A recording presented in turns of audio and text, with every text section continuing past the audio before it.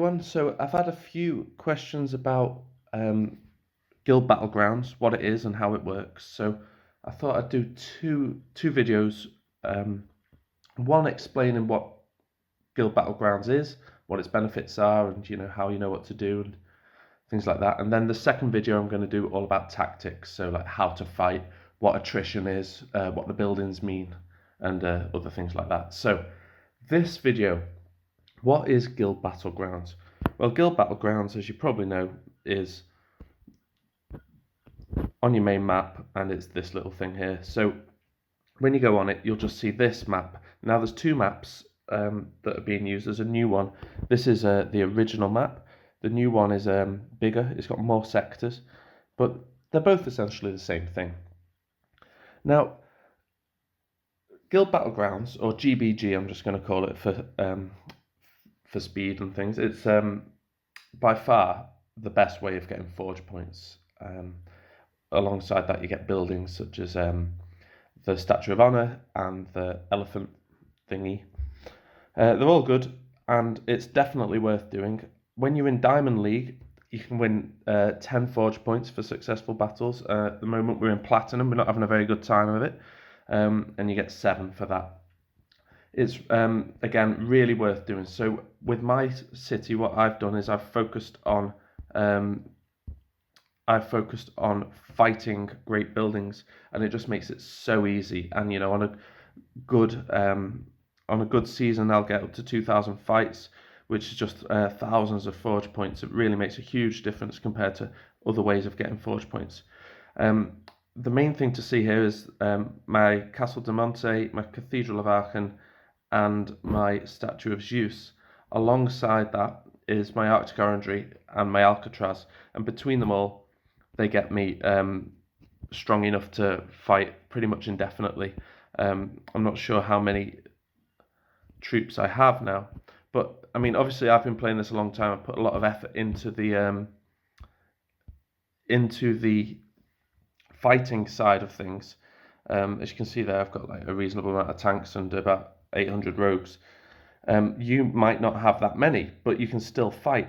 All I'd say is just make sure that if you're interested in fighting, that you do level up your Cathedral of Aachen, your Castle de Monte, and your Zeus, and then of course the Traz. Without this, I just wouldn't be able to do it, because it'd take up so much space in my city with troop buildings and things like that. My Traz at the moment, I think, gives me 60 troops every day, and at the moment it's only making rogues, so I'm getting 60 rogues a day from my Traz. You don't need to be that high. I'd say if you're, it depends on your age really, but minimum level 10 on all buildings will get you to level 4 in guild expeditions, I'd say. So that means you could probably hit 50 fights a season, maybe more. It depends on what age you're in and what your attack bonuses are. So that's kind of what you need to start. You'd find it a bit hard without. So how do you know what to do? Well, basically, when you look at the map, you can see here, this has got a target on it, which means that's okay to attack. But before you attack anything, check our messages. Have a look at these two green ones here. We've got the GBG Fighters Discussions, and we've got GBG Actions. Now, in the Fighters Discussions, you can have a little chat, you can talk about things, make it wordy, and just have fun. This is where we'll all discuss tactics and things. This can be a bit confusing if you don't really know what's going on, but just have a read and have a bit of fun. But the main one you need is this one, GBG Actions, and we keep the chat to a real minimum here, and you'll see a couple of things. At the bottom, you can see I've written A3Z to 120, and what that means is, if you find A3Z, which is here, you can see it's called A3 Zamva, but we just call it A3Z for short. It says take it to 120. Now, where it says Besieger, you can see we've got 15 out of 130 there. So that means that we can keep fighting on that one until we get to 120. Don't take that one, because we said to 120, it means that due to some sort of inter-guild relations that I'll talk about in the next video, we can't take that sector. because it's not part of the team strategy that we're using with the other guild. So we're going to take that up to 120, and then I will mark it as ignore. And then when you see that hand signal, it means we don't attack anymore on that. And if you try to attack on that one, it says this province has been tagged as ignore by your guild. Are you sure you still want to battle here? And that's a cool little reminder that they never used to have, not to attack that one.